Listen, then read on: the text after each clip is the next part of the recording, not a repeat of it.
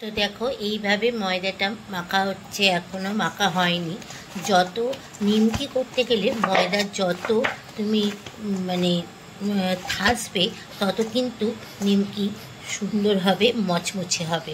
তার জন্য এখন এটাকে অনেকক্ষণ ধরে থাসতে হবে, তার জন্য এখন এটাকে ভালো মতো থাসছি। তো চলো এটা করে নিই, তারপরে বাকিটা দেখাচ্ছি। তো এটা তো আমার মাখা হয়ে নিয়ে গেছে। এবার আমি একটু লেচি কেটে নিয়েছি, দেখো। তো এখানে আমি একটু মোটা করে এই নিমকি বেলার জন্য, নিমকিটা বেলার জন্য একটু মোটা করেই লেচি করতে হবে। তো এখানে মোটা করে আমি লেচি করে নিয়েছি। এবার আমি এটাকে বেলছি।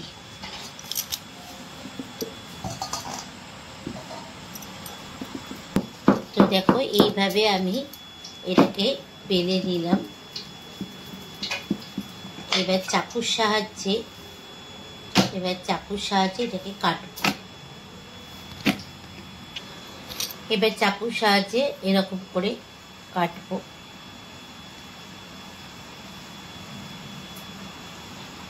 দিয়ে নিমকির শেপ দেব।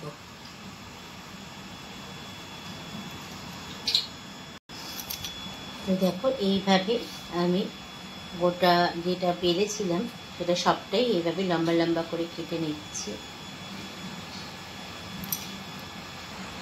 লম্বা এভাবে আমার কাটা হয়ে গেছে। এবার আমি আড়ে আড়ে করে কাটব।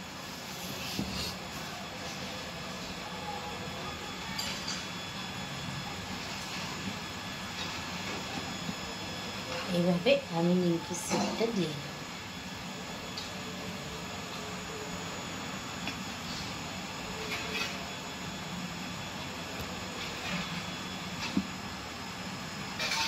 তো দেখো আমার নিমকির শেপ দিয়ে নিয়েছি আমি। এবার এগুলোকে একসঙ্গে আমি থালার মধ্যে তুলে আমি ভাজবো। তো এগুলো আমি একটা থালার মধ্যে তুলে নিয়েছি।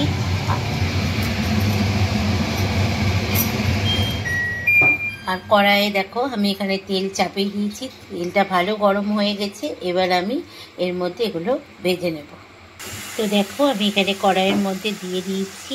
আর একদম আঁচটা একদম কমিয়ে দিতে হবে, একদম লো ফ্লেমে এটা ভাজতে হবে। এটা ভাজা হচ্ছে, ভাজা হয়ে এইভাবে নাড়তে থাকতে হবে, না হলে কিন্তু পুড়ে যাবে।